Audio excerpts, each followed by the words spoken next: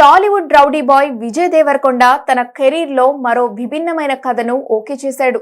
మనం 24, దూత వంటి వైవిధ్యమైన చిత్రాలను అందించిన star director Vikram K Kumar దర్శకత్వంలో విజయ్ ఒక సినిమా చేయబోతున్నాడు. ఈ చిత్రానికి స్వారీ అనే టైటిల్ ను కూడా ఫిక్స్ చేసినట్టు సమాచారం. ఈ సినిమాను టాలీవుడ్ ప్రముఖ నిర్మాణ సంస్థ యువి క్రియేషన్స్ అత్యంత భారీ బడ్జెట్ తో నిర్మించనుంది. ఈ సినిమాను టాలీవుడ్ లో ఇప్పటి వరకు టచ్ చేయని బ్యాక్ డ్రాప్ గుర్రపు స్వారీ నేపథ్యంలో తెరకెక్కించనున్నారు. ఈ కథలో విజయ్ ఒక ప్రొఫెషనల్ రైడర్ గా కనిపించనున్నారట.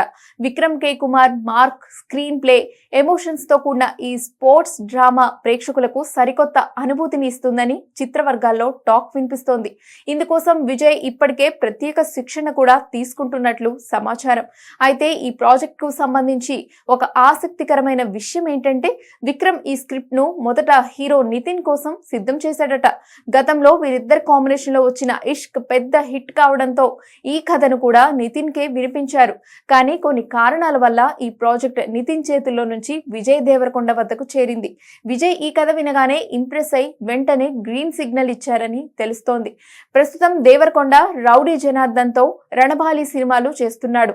ఈ సినిమాల తర్వాత స్వారీ పట్టాలెక్కే అవకాశం ఉంది. మరి క్రేజీ కాంబినేషన్ ఎలా ఉంటుందో చూడాలి.